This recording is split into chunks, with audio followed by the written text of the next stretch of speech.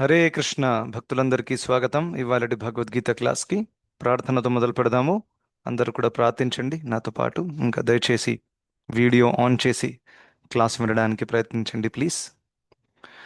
ఓం నమో భగవతే వాసుదేవాయ. ఓం నమో భగవతే వాసుదేవాయ. ఓం నమో భగవతే వాసుదేవాయ. ఓం అజ్ఞానతిమిరాంధస్య జ్ఞానాంజనశలాకయా చక్షురున్మిలితం येन తస్మై శ్రీగురవే నమః. నమో ఓం విష్ణుపాదాయ కృష్ణప్రేష్ఠాయ భూతలే శ్రీమతే భక్తివేదాంత స్వామిన్నితి నామినే. నమస్తే సారస్వతే దేవే గౌరవాణి ప్రచారిణే నిర్విశేషశూన్యవాदी పాశ్చాత్యదేశతారిణే.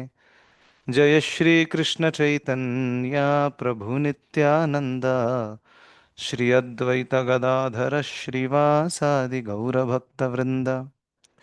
హరే కృష్ణ కృష్ణ కృష్ణ హరే హరే హరే రామ రామ రామ హరే హరే. హరే కృష్ణ భక్తులందరికీ స్వాగతం ఇవాళటి భగవద్గీత క్లాస్కి. సో మనం చర్చిస్తున్నది 11వ అధ్యాయము. సో నిన్నటి క్లాస్లో మనము 45 మరియు 46వ శ్లోకాలు ఈ రెండు చూసాము. ఇవాళ 47 48 చూడడానికి ప్రయత్నిద్దాము. సో మనం ముందు కూడా చర్చించినట్టు 47వ శ్లోకం నుండి అర్జునుడు మళ్ళీ మాట్లాడడము స్టార్ట్ చేస్తారు. భగవంతుడు మాట్లాడడం స్టార్ట్ చేస్తారు. 46వ శ్లోకం వరకు అర్జునుడు మాట్లాడడం అనేది జరుగుతుంది. ఓకే, సో ఇప్పుడు 47వ శ్లోకం నేను స్క్రీన్ మీద డిస్ప్లే చేస్తాను. చదవాలనుకునే వాళ్ళు దయచేసి మీరు చదవచ్చు. I will share it. Yes, Pratap Reddy ప్రభు చదవండి ప్రభు.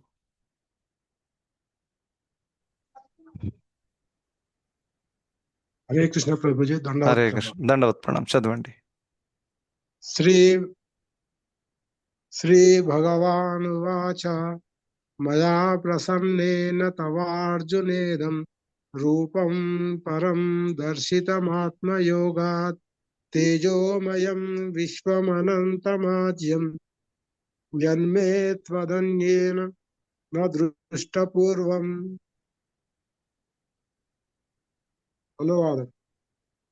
శ్రీకృష్ణ భగవానుడు పలికెను, అర్జున, భౌతిక జగత్తులోని ఈ విశ్వరూపంను నా అంతరంగిక శక్తి ద్వారా ఆనందంతో నీకు చూపించాను. అనంతమైనది, తేజోపూర్ణమైనది అయిన ఈ ఆది రూపమును నీకు ముందు ఎవ్వరూ చూడలేదు. హరే కృష్ణ. నెక్స్ట్ కూడా చదవండి ప్రభు. 48. 48వ శ్లోకం. న వేద యజ్ఞాద్వయనైర్న దానైర్న చ క్రియాభిర్న తపోభిరుగ్రైః ఏవం రూపః శక్య అహం నృలోకే ద్రష్టుం త్వదన్యేన కురు ప్రవీర. అనువాదం. ఓ కురువీరులలో శ్రేష్ఠుడా, వేదాధ్యయనము చేత గాని, యజ్ఞాచరణ చేత గాని, దానము చేత గాని, పుణ్య కార్యాల చేత గాని, కఠోరమైన తపస్సు చేత గాని భౌతిక జగత్తులో ఈ రూపంలో నేను చూడబడనందున నా ఈ విశ్వరూపంను నీకు పూర్వము ఎవరూ చూడలేదు. హరే కృష్ణ ప్రభుజీ దండవత్తం. హరే కృష్ణ, దండవత్ ప్రణాం. చాలా చాలా ధన్యవాదాలు. చాలా చక్కగా చదివారు. ఓకే, సో ఇక్కడ మనం చూడగలుగుతున్నాము భగవంతుడు ఇప్పుడు మాట్లాడుతున్నారన్నమాట. సో ఇక్కడ ఒక ముఖ్యమైనటువంటి విషయం భగవంతుడు స్వయంగా చెప్తున్నారు. ఏమంటున్నారంటే, ఈ యొక్క విశ్వరూపం ఏదైతే నేను చూపించానో ఇప్పుడు మీకు, అది నా యొక్క అంతరంగ శక్తి ద్వారా నేను చూయించాను అని చెప్తున్నారు. సో దాన్ని ఇంగ్లీష్లో ప్రభుపాదుల వారు ఇంటర్నల్ పోటెన్సీ అని ట్రాన్స్లేట్ చేశారు. సో దానికి సంస్కృత పదం ఏముంది శ్లోకంలో? ఆత్మయోగాత్ అని ఉంది, రైట్? సో ఈ ఆత్మయోగాత్ అంటే భగవంతుడి సొంత ఆధ్యాత్మిక శక్తి ద్వారా వారు ఇది చూయించగలిగారు. ఎందుకంటే ఇంత అద్భుతమైనటువంటి రూపాన్ని, ఇది చూయించడం అనేది అది సాధారణమైన విషయం కాదు. ఖచ్చితంగా ఉన్నతమైన శక్తి ఉంటేనే ఒక వ్యక్తి ఇది చూయించగలుగుతారు. అది ఒక విషయం మనం చూస్తాం. ఇంకోటి, ఇటువంటి యొక్క పదాన్ని ఆ, కృష్ణుడు వేరే చోట కూడా ఉపయోగిస్తారు. అది భగవద్గీతలో 4th చాప్టర్లో. అక్కడ అజోపి సన్ అవ్యయాత్మ భూతానాం ఈశ్వరోపి సన్ 6వ శ్లోకము 4వ అధ్యాయంలో ప్రకృతిం స్వాం అధిష్టాయ సంభవామి ఆత్మ మాయయ అని అంటారు అక్కడ. సో ఆత్మ మాయయ అంటే అక్కడ కూడా భగవంతుడు ఏం చెప్తున్నారంటే, ఎప్పుడైతే అర్జునుడు ఒక ప్రశ్న అడుగుతారో, ఆ, కృష్ణుడు చెప్పినప్పుడు నేను ఈ యొక్క జ్ఞానాన్ని ఎన్నో ఎన్నో కోట్ల సంవత్సరాల క్రితం సూర్యదేవుడికి అంటే వివస్వానుడికి ఇచ్చాను అని చెప్పినప్పుడు అర్జునుడు వెంటనే ప్రశ్న అడుగుతారు, అది ఎలా సాధ్యము అని. ఆ, ఎందుకంటే మీరు ఈ జనరేషన్లో వచ్చిన వారు, సూర్య భగవానుడు సృష్టి ఆరంభం నుండి ఉన్నారు, అది ఎలా సాధ్యం అని అడిగినప్పుడు అప్పుడు భగవంతుడు చెప్తారనమాట, బహూని మే వ్యతీతాని జన్మాని తవ చార్జున తాన్యహం వేద సర్వాణి నత్వం వెత్త పరంతప. అర్జున, నువ్వు నేను ఎన్నో ఎన్నో జన్మలు ఎత్తాము, గడిపాము, కానీ నాకు అన్నీ గుర్తున్నాయి, నీకు ఏవి కూడా గుర్తుకు లేవు. ఎందుకంటే నువ్వు జీవాత్మవి, ఇంకా నేను పరమాత్మని కాబట్టి. సో ఈ తేడా ఉన్నందువల్లే నేను ఇది సూర్యదేవుడికి ఇవ్వగలిగాను, దాని తర్వాత ఎంతో మందికి ఇచ్చాను, ఇప్పుడు కూడా నీకు ఇస్తున్నాను, నాకు అన్నీ గుర్తున్నాయి. మరి నెక్స్ట్ ప్రశ్న ఏమొస్తుందంటే, అరే సరే, ఓకే, మీరు సూర్యదేవుడికి ఇచ్చారు ఆ టైంలో, ఇప్పుడు మళ్ళీ వచ్చారు, మరి శరీరం మారి ఉండాలి కదా. అయితే కృష్ణుడు ఏమని చెప్తున్నారు, దాని తర్వాత చెప్తారు 4.6లో ఏమని, అజోపి సన్ అవ్యయాత్మ అజ, నాకు జన్మము లేదు అని చెప్పారు. నేను పుట్టను. ఆ, సో మరి పుట్టకపోతే మీరు ఎలా ఇలా వస్తున్నారు వెళుతున్నారు?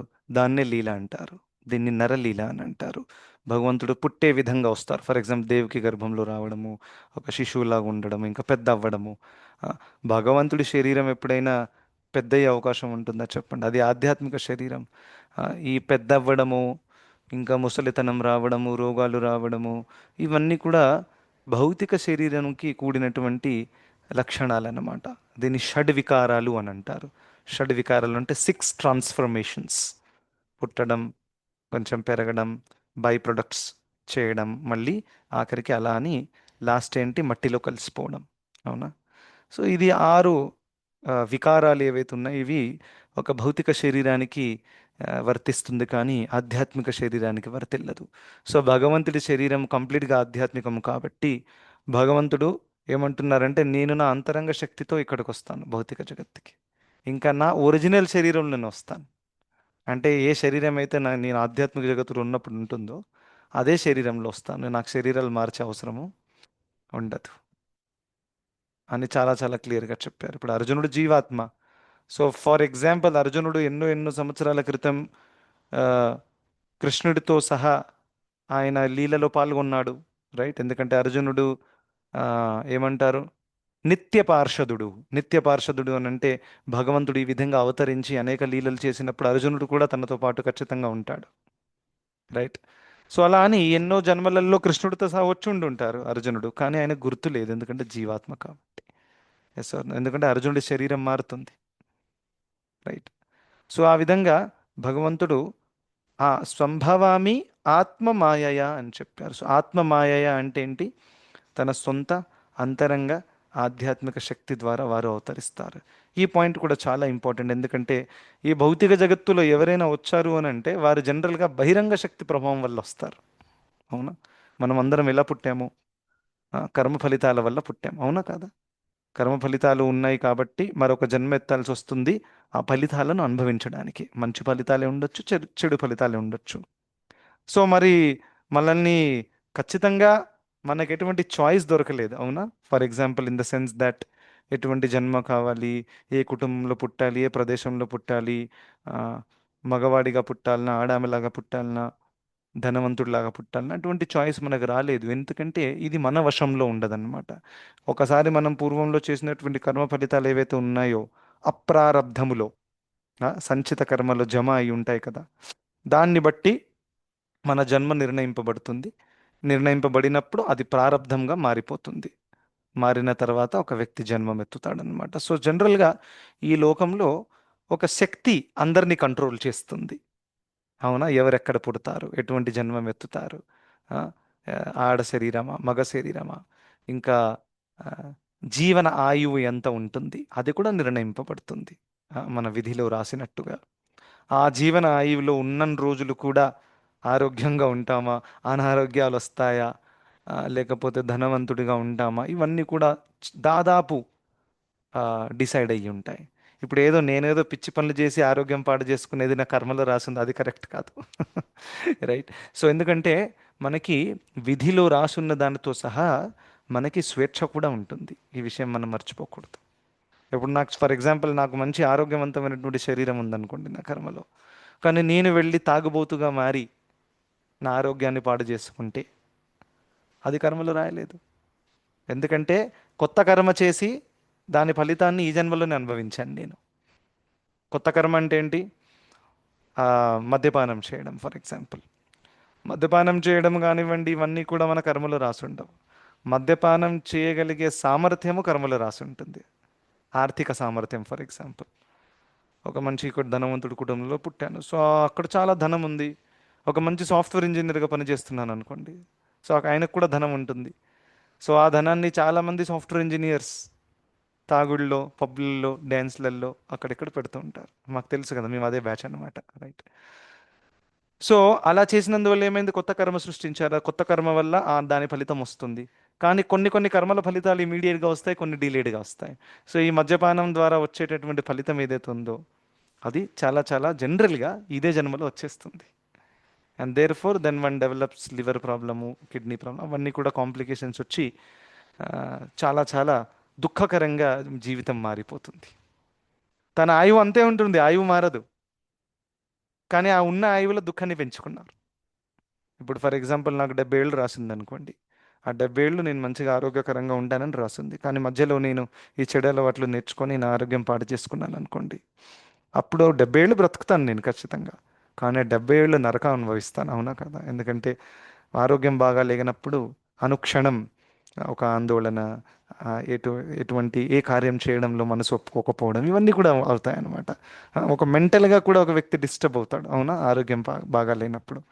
ఇంకా అదే సమయంలో మాయ అటాక్ చేస్తుంది. It is very very important to understand. So అలా మనం చాలా చాలా కేర్ఫుల్గా ఉండాలి. ఆబ్వియస్గా ప్రభుపాదుల వారు ఒక లెక్చర్లో చెప్పారు, ఈ శరీరాన్ని శాస్త్రాలు ఏమని చెప్పారు? క్లేశద అని చెప్పారు. క్లేశద అంటే ఏదైతే క్లేశాన్ని కలిగిస్తుందో. నారద అంటే ఎవరు? ఎవరైతే నారాయణ్ణి ఇస్తారో వేరే వాళ్ళకి, ఆయనని నారద అంటారు. ఎందుకంటే నారదముని అందరికీ నారాయణుడు పంచుతూ ఉంటారనమాట ఫ్రీగా. సో అలా క్లేశద అంటే ఇది క్లేశం ఇస్తుంది ఖచ్చితంగా. Yes or no? ఇంకొక చోట ప్రభుపాదుల వారు మంచి పదాన్ని ఉపయోగించారు, అది కూడా శాస్త్రాల్లో ఉన్నటువంటిది, వ్యాధి మందిరం. ఇది వినగానే మనందరికి అర్థమైపోయింది దాని మీనింగ్ ఏంటనేది. సో ఈ శరీరాన్ని వ్యాధి మందిరం అని కూడా అన్నారు. ఎందుకంటే ఇందులో వ్యాధి యొక్క స్త్రోతం అనమాట. అన్ని అనేక రకాల వ్యాధులు ఉంటాయి, అనారోగ్యాలు ఇవన్నీ కూడా. సో అవి ఆ రకంగా అది ఒక రకంగా శరీరాన్ని చూడడం అనమాట. అట్ ద సేమ్ టైం ఈ శరీరము, మానవ శరీరం ఏదైతే ఉందో అది ఈ భౌతిక జగత్తు అనే సంసార సాగరములో ఒక నావు లాంటిది. ఇది మనల్ని ఆ సాగరాన్ని దాటి ఒడ్డున తీసుకెళ్లే సహాయం చేస్తుంది, దీన్ని గనక సరిగ్గా ఉపయోగిస్తే. అవునా? సో అలా ఎందుకంటే కేవలం నావు ఉండడం వల్ల పని అవ్వదు. ఆ నావలో కూర్చోవాలనే కోరిక కూడా ఉండాలి. ఒక వ్యక్తి సముద్రంలో మునిగిపోతున్నాడు అనుకోండి, మీరు మంచిగా ఒక నావు పంపించారు అక్కడికి, నావు ఆ వ్యక్తి దగ్గరికి వెళ్ళిపోయింది. తను కనీసం అందులో వెళ్ళి కూర్చోవాలి కదా. కూర్చుంటే కూర్చున్న తర్వాత దాన్ని నడపాలి కూడా. ఎవరు లేరు అనుకోండి, కేవలం నా ఉందనుకోండి, సో దాన్ని కూర్చోవాలి, దాన్ని నడపాలి. He has to use his brain, he has to put some effort to go to the shore, isn't it? So అదేవిధంగా ఈ మానవ శరీరం అయితే వచ్చింది, కానీ దీని విలువ తెలియక దీన్ని కేవలం ఇంద్రతృప్తి కోసం ఉపయోగం చేయడం అనేది చాలా చాలా చాలా ఆ, దౌర్భాగ్యకరమైనటువంటిది. అందుకనే శ్రీమద్ భాగవతంలో ఏమని చెప్పారు? కామస్యనేంద్రియ ప్రీతిర్లాభో జీవేత యావత జీవస్య తత్వ జిజ్ఞాస నార్థోహశ్చేహ కర్మభిః. సో ఈ మానవ జీవితాన్ని ఒకవేళ కామస్యనేంద్రియ ప్రీతిర్, కామములు తీర్చడానికి, ఇంద్రియ ప్రీతి చేయడానికి ఒకవేళ ఒక వ్యక్తి ఉపయోగించారనుకోండి, ఇది చాలా చాలా దౌర్భాగ్యము, ఇది కరెక్ట్ కాదు అని శాస్త్రాలు చెప్తున్నాయి. మరి ఎందుకోసం ఉపయోగించాలి ప్రభుజీ? జీవస్య తత్వ జిజ్ఞాస అని చెప్పారు. తత్వ జిజ్ఞాస చేయడానికి ఉపయోగించాలి అని శాస్త్రాలు చెప్తున్నాయి. సో ఎనీవే, ఒరిజినల్గా నేను చెప్పిన పాయింట్ ఏంటంటే, భగవంతుడి శరీరము దివ్యమైనటువంటిది. ఇంకా వారు అవతరించినప్పుడు అంతరంగ శక్తి ద్వారా అవతరిస్తారు, వారి సొంత శక్తి ద్వారా. మనం కూడా ఈ భౌతిక జగత్తులో వచ్చాం, అవునా కదా? అనేక శరీరాలు తీసుకుంటున్నాం, తిరుగుతున్నాం. కాదు, ఎవరి ప్రభావం వల్ల? బహిరంగ శక్తి ప్రభావం వల్ల. సో ఆ తేడా ఉందన్నమాట. సో అదే ఆత్మయోగాత్ అనే ఒక పదాన్ని ఇక్కడ కృష్ణుడు ఉపయోగించారు. ఇంకా ఆ, శక్తికి శక్తి గురించి మాట్లాడితే ఇప్పుడు శ్వేతాశ్వతర ఉపనిషత్తు ఒక శ్లోకం కూడా మనం చూసాము, ఐ థింక్ నిన్నో మొన్నో. ఆ, నదస్య కార్యం కరణం చ విద్యతే నతత్సమశ్చాభ్యధికశ్చ దృశ్యతే పరాస్య శక్తిర్వివిధైవ శ్రూయతే స్వాభావికి జ్ఞాన బలక్రియా చ అనే ఒక శ్లోకం ఉంటుంది ఉపనిషత్తులో. సో ఈ శ్లోకంలో భగవంతుడికి అనేక శక్తులు ఉన్నాయి అని చెప్పారు. పరాస్య శక్తిర్ వివిధైవ శ్రూయతే. ఇంత పెద్ద యూనివర్స్ని నడిపిస్తున్నారు, అది మామూలు విషయం కాదు. సో ఖచ్చితంగా అనేక శక్తుల ద్వారా నడిపిస్తున్నారు. సో అందులో ఒక శక్తి ఏంటి? అంతరంగ శక్తి, రైట్? సో ఈ అంతరంగ శక్తి ఏదైతే ఉందో అది ఆధ్యాత్మిక శక్తి, బహిరంగ శక్తి ఏదైతే ఉందో అది భౌతిక శక్తి. గుర్తుపెట్టుకోవాలి. సో అంతరంగ శక్తి అంటే రాధారాణి, లక్ష్మీదేవి, దాన్ని సూచిస్తుంది అనమాట. బహిరంగ శక్తి అంటే దుర్గమ్మ తల్లిని సూచిస్తుంది, రైట్? సో దుర్గమ్మ తల్లికి ఎటువంటి ఒక పాత్రనిచ్చారు? జీవాత్మలందరికీ ఆ, సరిగ్గా బుద్ధి చెప్పి వాళ్ళని మళ్ళీ ఆధ్యాత్మిక జగత్తుకి పంపేటటువంటి కార్యం ఇచ్చారు. అందుకనే దుర్గమ్మ తల్లి దగ్గర త్రిశూలం ఉంటుందన్నమాట. సో త్రిశూలం అనేది ఏం సూచిస్తుంది? ఆది భౌతిక, ఆది దైవిక, ఆధ్యాత్మిక క్లేశాలు. సో మూడు క్లేశాలు, త్రిశూలము. సో ఈ త్రిశూలముతో ఆ, అలా మనకి పనిష్మెంట్ వచ్చినప్పుడు అప్పుడు ఒక జీవాత్మ కళ్ళు తెరుచుకున్నారే, ఇక్కడ చాలా దుఃఖం ఉందిరా బాబు, ఎందుకు అనవసరంగా నేను ఇంద్రతృప్తి చేస్తున్నాను అనే ఒక బుద్ధి కలిగినప్పుడు అప్పుడు ఆ, ఒక సౌభాగ్యం ఉంటే భక్తుడితో కలవడము, ఇంకా భక్తి గురించి తెలవడం అనేది జరుగుతుంది. తద్వారా ఆ జీవాత్మ భగవద్ధామానికి వెళ్ళగలిగే అవకాశం ఉంటుంది. ఉం. సో ఆ విధంగా దాని తర్వాత ఈ అంతరంగ శక్తి ఏదైతే ఉందో అది సాధారణంగా ఇది మానవ లిమిటెడ్ ఇంటెలిజెన్స్ ఏదైతే ఉందో మనకి, దానితో అర్థం చేసుకునేటటువంటి విషయం ఇది కాదు, రైట్? సో అందుకనే భగవంతుడి అవతరణ ఇవన్నీ కూడా శాస్త్రాలు ఏమని చెప్పారు? దివ్య అని చెప్పారు, అవునా? జన్మ కర్మచమే దివ్యం అని చెప్పారు. సో ఎందుకంటే ఇలా అవతరించారు, అలా ఎలా రావచ్చు? అరే, హాఫ్ లయన్ హాఫ్ మ్యాన్ రూపంలో ఎలా రావచ్చు అసలు? ఆయన అంతరంగ శక్తి ద్వారా వస్తున్నారు, చెప్పారు కదా, నా అంతరంగ శక్తి ద్వారా నేను వస్తాను. సో కృష్ణుడు అలా చెప్పినప్పుడు కేవలం తన రావడం గురించి మాట్లాడట్లేదు, అన్ని అవతారాల గురించి మాట్లాడుతున్నారు. ఎందుకంటే అన్ని అవతారాలు వచ్చింది ధర్మ సంస్థాపన చేయడానికే. అదే యదా యదా ఈ ధర్మస్య ఆ శ్లోకంలో ధర్మ సంస్థాపనార్థాయ సంభవామి యుగే యుగే అని చెప్పారు. సో మత్స్యావతారంలో వచ్చింది కూడా ధర్మ సంస్థాపన చేయడానికే. ఆ, అన్ని అవతారాలు సో అలా.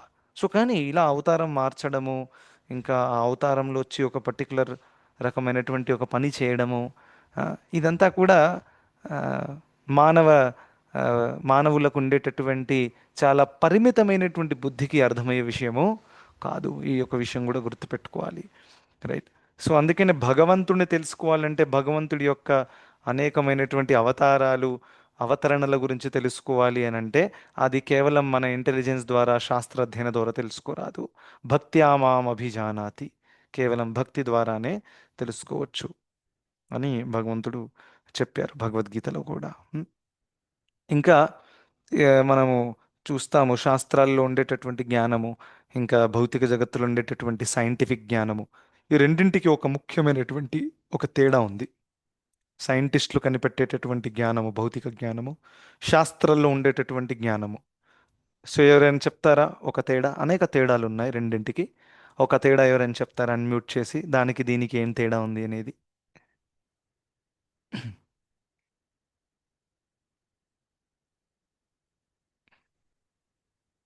No one?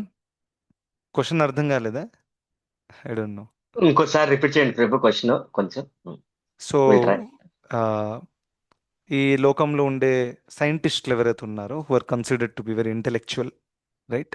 వాళ్ళు కనిపెట్టే జ్ఞానము, science, for example physics, chemistry, mathematics, computers, ఇవన్నీ కనిపెట్టారు కదా రీసెంట్ టైంలో. దాని ద్వారా ఎంత భౌతికంగా ప్రోగ్రెస్ కూడా జరిగింది, ఎస్ ఆర్ నో? అది ఆ జ్ఞానము, శాస్త్రాల్లో ఉండేటటువంటి జ్ఞానము, ఈ రెండింటికి తేడా ఏంటి అని అడిగాను. అనేక తేడాలు ఉన్నాయి, ఏదైనా తేడాలు చెప్తారా? హరే హరే కృష్ణ. కృష్ణ ప్రభుజీ. ఎస్, ప్రతాప్ రెడ్డి ప్రభు చెప్పండి. శాస్త్రాలలో ఉండే జ్ఞానం ఎప్పుడు మార్పు చెందదు. అది ఎప్పుడు సత్యంగానే ఉంటుంది. కానీ ఈ భౌతికంగా కనుక్కునేటి ఎప్పుడు అప్పుడు మార్పులు చెందుతూ ఉంటాయి. వెరీ గుడ్, చాలా మంచి పాయింట్ చెప్పారు. శాస్త్రాలలో ఉండే జ్ఞానము శాశ్వతంగా అలాగే ఉంటుంది. 5,000 సంవత్సరాల క్రితం కృష్ణుడు చెప్పారు, మనం ఈ శరీరం కాదు ఆత్మ అని. ఇప్పుడు కూడా అదే ఉంది, ఎల్లప్పుడూ అదే ఉంటుంది. కానీ ఈ భౌతిక జ్ఞానం ఏదైతే సైంటిస్టులు కనిపెడతారో అది మారుతూ ఉంటుంది. ఒక సైంటిస్ట్ ఒక ఫార్ములా చెప్తారు, తర్వాత అది కరెక్ట్ కాదు, దానికంటే బెటర్ ఇది ఉంది అని, రైట్? సో రెండింటిలో మెథడాలజీలో డిఫరెన్స్ ఉందన్నమాట. ఎస్, వెరీ గుడ్, మంచి పాయింట్ చెప్పారు. ఇంకా ఎవరు చెప్తారు?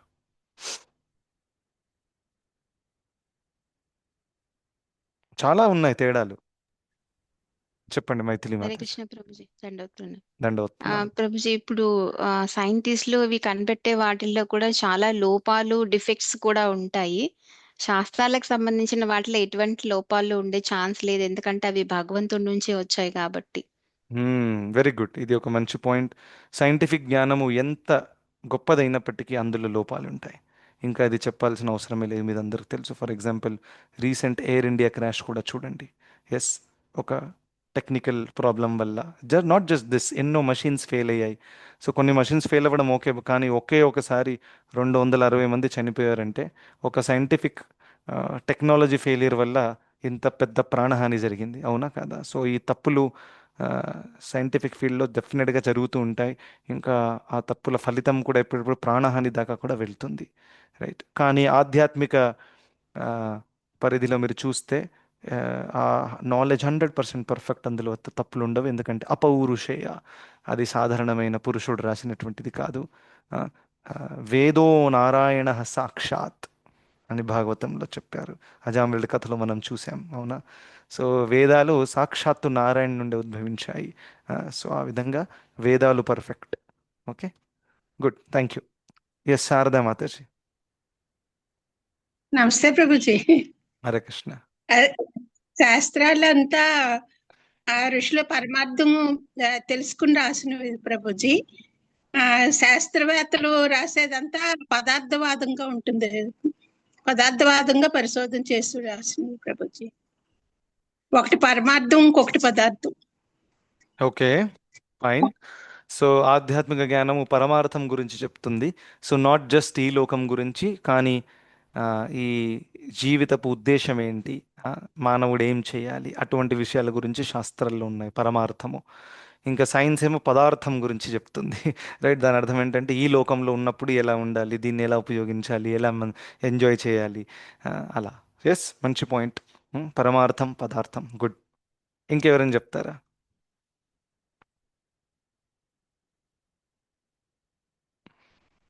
ఒకళ్ళు హ్మ్. దర్శించినది వేదాలు అవన్నీ కూడా ఋషులు దర్శించింది, వీళ్ళు ఎక్స్పెరిమెంట్ మీద చేసేది శాస్త్రజ్ఞ. ఓకే, సో మీరు చెప్పేది ఏంటంటే ఒక రకంగా శాస్త్రాలు ఏవైతే ఉన్నాయో ఇవన్నీ కూడా ఋషిమునులు వాటి అంతరంగముగా అనుభూతి పొందినటువంటివి. ఇంకా సైంటిస్ట్ ఏదైతే ఉన్నారో ట్రయల్ అండ్ ఎర్రర్ చేసి కనిపెడతారనమాట. ఇది వర్క్ అవుతుందా, ఇది అవ్వట్లేదు, ఆ విధంగా. ఎస్, అది కూడా ఒక డిఫరెన్స్ ఉంది. ఎస్, అలా. గుడ్. సో ఈ విధంగా చాలా డిఫరెన్సెస్ ఉన్నాయి యాక్చువల్గా. బట్ ఒక ముఖ్యంగా మనకి శాస్త్రాల్లో ఏం చెప్పబడిందంటే ఆ, ఒకటి ఆరోహ అంటారు, ఒకటి అవరోహ అంటారు. సో ఈ ఆరోహ అవరోహ సంగీతంలో కూడా ఉంటాయి. ఇప్పుడు వెన్ యూ గో ఫ్రమ్ స స is the lowest note, right? స రి గ మ ప, as you go up, so దీన్ని ఏమంటారు? ఆరోహ అని అంటారు, దీన్ని అసెండింగ్. మరి పైన నుంచి కిందికి ఎప్పుడు వస్తారో ఆ, అప్పుడు దాన్ని అవరోహ అని అంటారు, రైట్? ఇది సంగీతంలో కూడా ఈ యొక్క పదాలు ఉపయోగిస్తారు. అలాగే ఈ భౌతిక జగత్తులో ఈ సైంటిస్టులు కనిపెట్టేటటువంటి ఏదైతే భౌతిక జ్ఞానం ఉందో అది ఆరోహ అని అంటారు. రైట్, ఆరోహ ఎందుకన్నారంటే వీళ్ళు టాప్ మోస్ట్గా నాలెడ్జ్ ఇక్కడ ఉంటుంది, కానీ వీళ్ళు ఇలా వెళ్తారు, కింది నుంచి వెళ్తారు, ఇది తెలుసుకుంటారు, ఇది తెలుసుకుంటారు, ఇది తెలుసుకుంటారు, ఇలా అక్కడ దాకా. ఎస్. సో ఆఫ్ కోర్స్ ఇప్పటిదాకా వచ్చినటువంటి ప్రోగ్రెస్ చూస్తే అది ఇక్కడ దాకా కూడా లేదు, అండ్ టాప్ మోస్ట్ నాలెడ్జ్ ఇక్కడ ఉంది. ఫర్ ఎగ్జాంపుల్, ఇదేదో ఎక్కువ చేసి చెప్పట్లేదు, మనందరికీ తెలుసు యూనివర్స్ గురించి సైంటిస్టుల దగ్గర కూడా ప్రస్తుతం ఇప్పుడు కంప్లీట్ ఇన్ఫర్మేషన్ లేదు. కరెక్ట్ అన్నా? నాసాలో టెలిస్కోప్స్ ఉన్నా ఏది ఉన్నా కానీ మీరు వాళ్ళని అడగండి, యూనివర్స్ ఇస్ లిమిట్లెస్ అంటారు వాళ్ళు. సో లిమిట్లెస్ అన్నప్పుడు కనీసం ఒక కొంత దూరం వరకైనా మీరు మాకు క్లారిటీ ఇవ్వాలి కదా, ఆ క్లారిటీ కూడా లేదు. ప్రతిసారి ఒక కొత్త ప్లానెట్ని కనిపెడుతూ ఉంటారు, అవునా కాదా? సో ప్రతిసారి ఏమవుతుందంటే నాలెడ్జ్ ఉంది ఇంత, ఇప్పుడు తెలిసింది ఇంత, సో ఇంత ఇంకా తెలవడం బాకీ ఉంది, అవునా? అది మెల్లిమెల్లిగా తెలుసుకుంటారేమో, టైం పట్టొచ్చు. ఎందుకంటే గత 50 సంవత్సరాల కంటే ముందు మీరు వెళితే అప్పుడు ఇప్పుడు తెలిసింది కూడా తెలియదు ఆ టైంలో. రైట్. ఎలక్ట్రిసిటీ వచ్చిన దానికంటే ముందు ఎలక్ట్రిసిటీని ఎలా జనరేట్ చేయాలి, ఎలా ఉపయోగించాలో తెలియదు, కానీ వాళ్ళకి తర్వాత తెలిసింది. రైట్. ఇప్పుడు ఇన్ని గ్రహాలు నక్షత్రాలు ఉన్నాయనే విషయం కూడా ముందు తెలియదు. చాలా వరకు ముందు ఈ భూలోకము ఫ్లాట్ ఉంటుంది అని అనుకున్నారు. రైట్. తర్వాత కొంతమంది సైంటిస్ట్ ఫ్లాట్ కాదు, మాకైతే ఇది రౌండ్ అనిపిస్తుంది, బాల్ లాగా ఉంది అని అనిపిస్తుంది. బాల్ లాగా ఉందనే నవ్వారే, బాల్ ఎలా ఉంటుంది? బాల్ ఉంటే మనం జారిపోయి పడిపోమా? ఎలా మనం నిలబడుతున్నాం స్ట్రైట్గా? ఫ్లాట్గా ఉంటేనే కదా నిలబడతాం అని అలాంటి ఆర్గ్యుమెంట్స్ ఇచ్చారు ఆ టైంలో. రైట్. సో కానీ ఆ, తర్వాత ఇది శాటిలైట్స్ ఇవన్నీ వచ్చిన తర్వాత వాళ్ళకి అర్థం, మీది నుంచి క్లియర్గా చూస్తే మంచి బాల్ కనిపిస్తుంది వాళ్ళకి, కలర్ఫుల్ బాల్. అప్పుడు వాళ్ళకి అర్థమైంది యాక్చువల్లీ బాలే ఇది అని, అవునా? మన దాంట్లో చాలా చాలా క్లియర్గా భూగోళము అని ఉంది, బ్రహ్మాండము అని కూడా ఉంది. Right. So it's very very the information clear, కానీ వీళ్ళు రీసెర్చ్ చేసి కనిపెడతారు ఆ విధంగా. రైట్. ఫ్లాట్ ఎర్త్ ఇప్పుడు కూడా ఉన్నారు, దాన్ని ఫ్లాట్ ఎర్త్ సొసైటీ అంటారు. సో ఫ్లాట్ ఎర్త్ సొసైటీలో ఉండేవాళ్ళు ఎవరంటే ఇప్పుడు కూడా ఈ భూమి ఏదైతే ఉందో అది ఫ్లాట్గానే ఉంది అని నమ్ముతారు వాళ్ళు, ఇది రౌండ్ కాదు. మరి గూగుల్ మ్యాప్స్లో కనిపిస్తుంది కదా ఇవి రౌండ్గా ఉంది, అదంతా కూడా చీటింగ్ చేస్తున్నారు. అరే నాసా వాళ్ళు కూడా శాటిలైట్ ఇమేజెస్ పంపారు, వాళ్ళు ఏమంటారంటే అది కూడా చీటింగ్ అంటున్నారు. సో ఏ విధంగానైతే ఆ, ఈ యొక్క ధర్మ మార్గంలో మూఢనమ్మకాలను నమ్మేవాళ్ళు కూడా ఉంటారు, అవునా కాదా? అదేవిధంగా ఆ సైంటిఫిక్ ఫీల్డ్లో కూడా మూఢనమ్మకాలు నమ్మేవాళ్ళు కూడా ఉంటారు అనమాట. రైట్. సో ఫ్లాట్ ఎర్త్ అంటే వాళ్ళ అండర్స్టాండింగ్ అంటే ఒక కాయిన్ ఉందా, కాయిన్, ₹1 కాయిన్ ఎలా ఉంటుంది, ఫ్లాట్గా ఉంటుంది. సో ఆ విధంగా వాళ్ళు అనుకుంటున్నారు అనమాట. సో ఇటు సైడ్ మీరు వచ్చేసారు అనుకుని జారి కింద పడిపోతారు అలా ఉంది. సో ఈ విధంగా ఇది ఎందుకు చెప్తున్నానంటే ఈ జ్ఞానాన్ని, అంటే ఈ భూమి ఒక బాల్ లాగా ఉంటుంది అనే విషయాన్ని తెలుసుకోవడానికి వాళ్ళకి ఎంతో ఎంతో సమయం పట్టింది. రైట్. ఎస్పెషలీ శాటిలైట్ డిస్కవరీ అయిన తర్వాత వాళ్ళకి ఫుల్ ఎవిడెన్స్ వచ్చింది, కానీ ఈ విషయం ఆల్రెడీ శాస్త్రాల్లో ఉంది. సో అందుకనే ఇది ఆరోహ. ఆరోహ అంటే మెల్లిమెల్లిగా స్టెప్ బై స్టెప్ తెలుసుకోవడం. అవరోహ అంటే శాస్త్రజ్ఞానము, ఆల్రెడీ మొత్తం జ్ఞానం ముందే ఇచ్చేస్తారు అందులో, దాన్ని మీరు నమ్ముతారా నమ్మరా అనేది మీ చేతిలో ఉంటుంది. దాన్ని శబ్ద ప్రమాణ అంటారు. రైట్. సో ఆరోహ అవరోహ. అవరోహ అంటే మీది నుంచి కిందికి రావడం. సో సరిగమ పద నిదపమగరిస, మీద నుంచి కిందికి రావడం. Yes or no? నీ నుండి సాదాకా. సో అదేవిధంగా ఆధ్యాత్మిక జ్ఞానము, కంప్లీట్ జ్ఞానము శాస్త్రాలలో ఉంది, అది కేవలం గురు పరంపర ద్వారా కిందికి వస్తుంది. అర్థమైందా? ఎలా కిందికి వస్తుంది, మన దగ్గరికి ఎలా చేరింది? గురు పరంపర ద్వారా ఆల్రెడీ ఉంది, మొత్తం ఇన్ఫర్మేషన్ ఉంది. ఇప్పుడు ఎవరికైనా కాస్మోలాజీ గురించి తెలుసుకోవాలంటే శ్రీమద్ భాగవతంలో శుక్దేవ్ కోసం మొత్తం ఎక్స్ప్లెయిన్ చేశారు. ఆ చాప్టర్ చదివిన తర్వాత మీకు నిద్ర కూడా పట్టదు, అలా ఉంది అది. రైట్. సో అంత ఇన్ఫర్మేషన్ ఉంది, ఈ లోకంలో ఏముంది, పరలోకంలో ఏముంది, ఆధ్యాత్మిక జగత్తు ఎలా ఉంటుంది, మొత్తం ఇన్ఫర్మేషన్ ఉంది. ఎస్. సో అలా అని మనము ఆ, అవరోహ పంథాన్ని స్వీకరిస్తే అప్పుడు మన టైం సేవ్ అవుతుంది. ఎందుకంటే కలియుగంలో పెద్ద డిసీజ్ ఏంటిది? I have no time. Sir weekend programs ఒక్కసారైనా, సార్ నెలకి ఒక్కసారైనా ఇక్కడే ఉంటారు మీరు దగ్గరే, టైం లేదు సార్ అని అంటారు. ఒక్కసారి ఆలోచించండి, ఒక 2-3 అవర్స్ ప్రోగ్రామ్కి రావడానికి కూడా టైం లేదు. అలాంటిది ఈ మొత్తం అన్ని శాస్త్రాలను చదివి మొత్తం తెలుసుకోవడం అంత టైం ఎవరి దగ్గర లేదు. సో అందుకనే సారాన్ని తెలుసుకొని దాన్ని పాటిస్తే అప్పుడు మానవ జీవితం సార్థకమవుతుంది కలియుగంలో. Otherwise we don't have much time. So అందుకనే మనకి చైతన్య మహాప్రభుల వారు కలౌ నాస్తైవ నాస్తైవ నాస్తైవ గతిరన్యథా. సర్వవేదేషు దృశ్యతే నాతో పరతరోపాయ సర్వవేదేషు దృశ్యతే. అన్ని వేదాలను చూసిన తర్వాత కూడా నాతః పరతరోపాయ, దీనికంటే బెటర్ ఉపాయం లేదు. రైట్? ఏ ఉపాయము? హరేర్నామ హరేర్నామ హరేర్నామైవ కేవలం కలౌ నాస్తైవ నాస్తైవ నాస్తైవ గతిరన్యథ అని మీరు చెప్పారు. కలియుగంలో ఈ హరినామం కంటే గొప్ప ఉపాయం లేదండి. టైము తక్కువ ఉంది, బుద్ధి తక్కువ ఉంది, ఇంట్రెస్ట్ తక్కువ ఉంది. దాంతోపాటు చాలా డిస్టర్బ్డ్గా ఉంటారు జనాలు. ఏ ప్రాబ్లం లేకుండా కానీ డిస్టర్బ్డ్గా ఉంటారు. ఇది రజోగుణ తమోగుణ ప్రభావం వల్ల. చాలామందికి తెలియదు కూడా ఇది. నాకు ఎందుకు డిస్టర్బెన్స్ అవుతుంది, ఎందుకు నేను డిస్టర్బ్డ్గా ఉన్నాను, అంతా బాగానే ఉంది. లేకపోతే అది జరిగిన విషయం చాలా చిన్న విషయమే. Why am I feeling so disturbed? It is because you are completely covered by rajoguna and tamoguna. So రజోగుణ తమోగుణ స్వభావమే డిస్టర్బ్డ్గా ఉండడం, మోరోస్గా ఉండడం, నిరాశ, దుఃఖము, అయ్యో ఇలాంటి ఫీలింగ్ రావడమే ఈ రెండు గుణాల యొక్క ఆ, ప్రభావం అనమాట. సో మనం గుర్తుపెట్టుకోవాలి, ఇలాంటి ఫీలింగ్ వచ్చింది అని అంటే దెన్ నిమ్నమైన గుణాలు మనల్ని ప్రభావ పెడుతున్నాయని. అవునా? అలా. సో ఫర్ ఎగ్జాంపుల్, మీరు ఒక చోట గౌరవాన్ని ఆశించారు. Yes or no? Maybe that was a reasonable thing, కానీ అది రాలేదు. సో తమగుణం రజగుణంలో ఉండేవాడు, రజగుణంలో వాడికి చాలా కోపం వచ్చేస్తుంది, తమగుణంలో వాడికి దుఃఖం వస్తుంది. అవునా? ఇద్దరు ఇద్దరు కూడా నెగిటివ్గానే రియాక్ట్ అవుతారు. సత్వగుణంలో ఉంటే కరెక్టే, అసలు నాకు ఎందుకు విలువ ఇవ్వాలి, అసలు కరెక్ట్, నేనేం పెద్ద వ్యక్తినా, నా దగ్గర ఏం అర్హత ఉందని నాకు విలువ ఇవ్వాలి? అవునా? నేనేదో నా భక్తిలో స్ట్రగుల్ అవుతున్నాను, కృష్ణుడికి ప్రేమ అర్పించడానికి ప్రయత్నిస్తున్నాను, అదే చక్కగా అవ్వట్లేదు. So yes, thank you.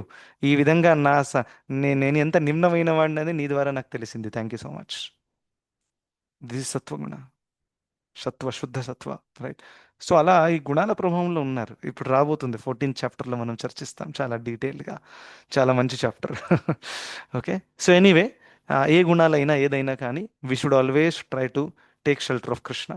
మనం ఎప్పుడెప్పుడు నిమ్న గుణాల్లో ఉన్నా కానీ పర్వాలేదు, మనము మీదికి రావడానికి ప్రయత్నించాలి. Okay. So that is one thing. So మనము అవరోహ పంథాన్ని స్వీకరించాలి. దాని ద్వారా మనము టైం వేస్ట్ చేయము, తప్పులు కూడా జరగవు. అర్థమైందా? టైం సేవ్ అయింది. రెండవది, వచ్చిన జ్ఞానం పర్ఫెక్ట్, అందులో ఎటువంటి తప్పులు లేవు కదా. అరే చాలా సంవత్సరాల తర్వాత తెలిసింది భగవద్గీతలో ఒక తప్పు ఉంది, అలాంటి విషయమే లేదు.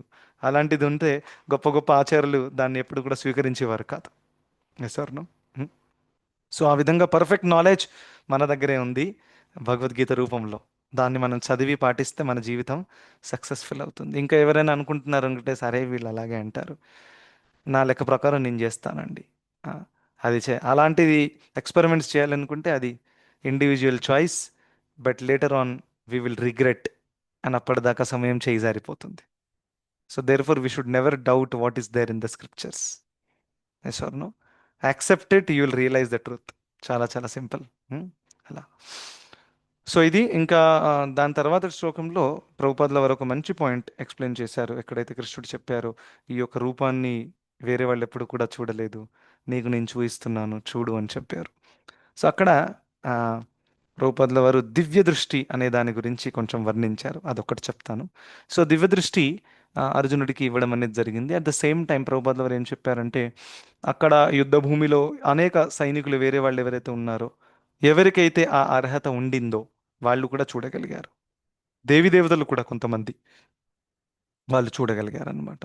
సో ఈ విధంగా ఈ దేవతలు ఇంకా దీన్ని దాంతో కూడా లింక్ చేయొచ్చు. ఎక్కడైతే అర్జునుడు చెప్పారు, నాకు దేవతలు అందరూ కూడా కనిపిస్తున్నారు, వాళ్ళు భయంతో ఇలా ఇలా ఉండిపోతున్నారు మీ యొక్క రూపాన్ని చూసి. ఎసర్నో? సో అలా వాళ్ళకి అర్హత ఉంది. సో దివ్య దృష్టితో ప్రభుపాదుల వారు అంటారు divine vision. Correct? So divine అంటే ఏంటి? డివైన్ అంటే యాక్చువల్లీ దైవీ గుణం ఉన్న వాళ్ళని డివైన్ అంటారు. సో దైవీ గుణము అని అంటే ఏంటి? చాలా చాలా సింపుల్. ఇప్పుడు దేవతలని దైవ అని ఎందుకు అన్నారు? ఎందుకంటే చాలా సింపుల్. శాస్త్రాలు ఏం చెప్పారు? ప్రభుపాదుల వారు ఒక వర్స్ కూడా కోట్ చేస్తారు. ఎవరైతే భగవంతుడు అంటే విష్ణువు చూపించినటువంటి మార్గంలో నడుస్తారో అటువంటి వాళ్ళని దైవీ గుణము కలిగిన వాళ్ళు అని అంటారు. అందుకనే దేవత అని అంటారు వాళ్ళని. దేవత ఇంకా రాక్షస తేడా ఏంటి? దేవత అంటేనే ఎవరైతే భగవంతుడు చెప్పిన మార్గాన్ని ఫాలో చేస్తారు. రాక్షస అంటే ఎవరైతే భగవంతుడు చెప్పిన దానికి వ్యతిరేకంగా వెళ్తారు, అందుకని వాళ్ళు రాక్షసులు. అవునా? సో ఆ విధంగా ఎవరైతే భగవంతుడు చెప్పిన మార్గాన్ని ఫాలో చేస్తారో అటువంటి వాళ్ళు భగవంతుడి యొక్క అటువంటి దర్శనాన్ని పొందేటటువంటి అర్హత వాళ్లకు ఉంటుంది. ఇంకా ఎవరైతే భగవంతుడే లేరు, ఉన్నారా లేదా, అటువంటి వాళ్ళకి ఎలాంటి దర్శనం కలుగుతుంది చెప్పండి. ఇంకా అటువంటి వాళ్ళే చాలా చాలా ఆ, గొప్పగా భగవంతుడు ఉంటే దర్శనం ఇవ్వండి ఫస్ట్, అప్పుడు నమ్ముతాను, ఇటువంటి ఇల్లాజికల్ ఆర్గ్యుమెంట్స్ ఇస్తూ ఉంటారనమాట. అసలు భగవంతుడి మీద నమ్మకమే లేదు, మరి భగవంతుడు ఎందుకు మీకు దర్శనం ఇవ్వాలి, ఏం అర్హత ఉందని మీకు నమ్మకం దర్శనం ఇవ్వాలి, రైట్? సో డివోటీస్ ప్రభుజీ 20 ఏళ్ల నుంచి భక్తి చేస్తాను ఇంకా దర్శనం అవ్వలేదు, వాళ్ళు అలా ఉంటే వీళ్ళు నిన్నగాక మొన్న వచ్చేసి మరి భగవంతుడి మీద భక్తి లేదు, శ్రద్ధ లేదు, కానీ దేవుడిని నేను నమ్మను ఎందుకంటే ఆయన దర్శనం ఇవ్వాలి ఫస్ట్. సో అటువంటి వాళ్ళు ఎప్పుడు కూడా అంధకారంలోనే ఉంటారు, రైట్? సో అందుకే నీ దివ్య దృష్టి కూడా ఏదైతే ఉందో అది అర్హత కలిగిన వాళ్ళకే దక్కుతుంది. ఆ యొక్క విషయం కూడా మనం గమనించాలి. Okay, so thank you so much, అందరికి ధన్యవాదాలు. రేపటి క్లాస్లో మళ్ళీ కలుద్దాం. ఏదైనా ఒక ప్రశ్న ఉంటే తీసుకోవచ్చు. హరే కృష్ణ ప్రభుజీ, దండోత్ ప్రణామ్. హరే కృష్ణ, ఒక దండోత్పణం. క్వశ్చన్. చెప్పండి. ప్రభుజీ, ఇప్పుడు అర్జునకి ఇంత డిఫరెంట్ గా ఇన్ని మిక్స్డ్ ఫీలింగ్స్ ఎందుకు వస్తున్నాయి ప్రభుజీ? ఒకసారి ఆశ్చర్యపోతారు, ఒకసారి నమస్కరిస్తారు, ఒకసారి క్షమాపణ కోరుతున్నారు, ఒకసారి ఏమో అంటే భయపడుతున్నారు. సో ఇంత ఎందుకు అనిపిస్తుంది? అంటే రీజన్ ఏంటి? ఆ ఒక విశ్వరూపమే రీజనా, లేకపోతే ఇంకేమన్నా తెలియజేయాలనుకుంటున్నారా? ఓకే, అయితే ప్రభుపాదుల వారు దీని గురించి 45వ శ్లోకం తాత్పర్యంలో చెప్పారు Mataji. So you can read that. Read చేసి మీరు ఆ కారణాలు లిస్ట్ చేసి గ్రూప్లో పెట్టండి. మీకు ఒక చిన్న హోంవర్క్. 45వ శ్లోకం తాత్పర్యం ఫస్ట్ లైన్ నుంచే ప్రభుపాదుల వారు స్టార్ట్ చేశారు, ఎందుకు అలా అర్జునుడికి మిక్స్డ్ ఫీలింగ్స్ వచ్చాయనేది. Okay, fine, thank you. ఇప్పుడు మనం విరామం తీసుకుందామండి, రేపటి క్లాస్లో కలుద్దాం. అందరికీ ధన్యవాదాలు. గ్రంథరాజ్ శ్రీమద్ భగవద్గీత కి జై, శ్రీల ప్రభుపాద్ జై జై, శ్రీకృష్ణ భగవానికి జై. జై. Thank you. హరే హరే కృష్ణ కృష్ణ.